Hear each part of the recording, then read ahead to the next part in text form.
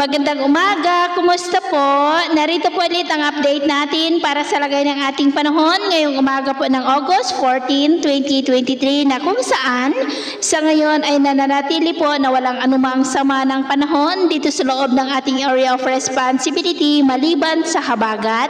na patuloy pa rin na hinahatak ni Bagyong Lan na nagdudulot po ng mga isolated rains sa ilang bahagi po ng ating bansa lalo na po sa western part. Si Bagyong Lan po ay nagsisimula na manalasa, lalong-lalo na po mamayang gabi hanggang bukas ng gabi, dyan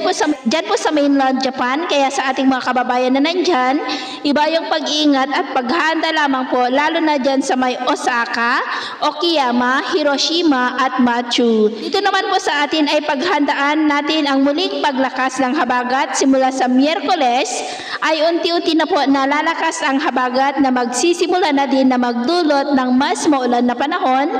sa malaking bahagi po ng ating bansa hanggang next week po yan, lalo na at consistent ang ipinapakita rito na may panibagong sama ng panahon na mabubuo na mas magpapalakas ng habagat at susunod na bagyo na papasok o kaya ay mabubuo dito sa loob ng ating area of responsibility ay tatawagin yan sa local name na Bagyong Goring. At ito naman ang pinapakita ng forecast model natin pong ginagamit hanggang sa susunod na 2 linggo.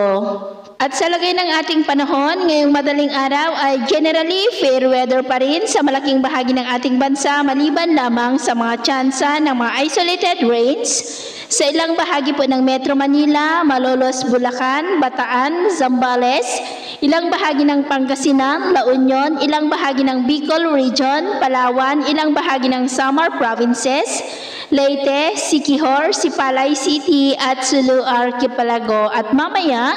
ay sisikat ang araw sa malaking bahagi ng ating bansa maliban lamang sa mga tsansa pa rin ng maulap na kalangitan na may mga pulupulong pag-ulan sa ilang bahagi po ng Bicol Region,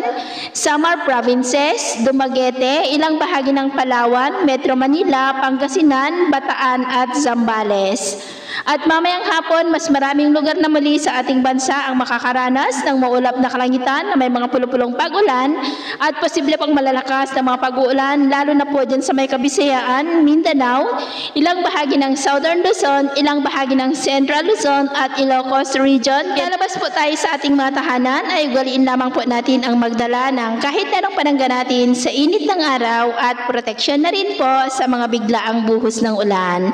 At sa atin naman pong mga baybayin, wala naman na po tayong nakataas na namang gale warning signals, pero iba yung pag-iingat lamang po kung papalaot tayo para mas makaiwas sa mga sakunang pangkaragatan. So, yun po ng latest update natin sa araw na ito. At ako po muli si James na nagsasabing,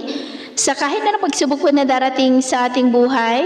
wag po tayong mawawalan ng pag-asa. Thank you and God bless!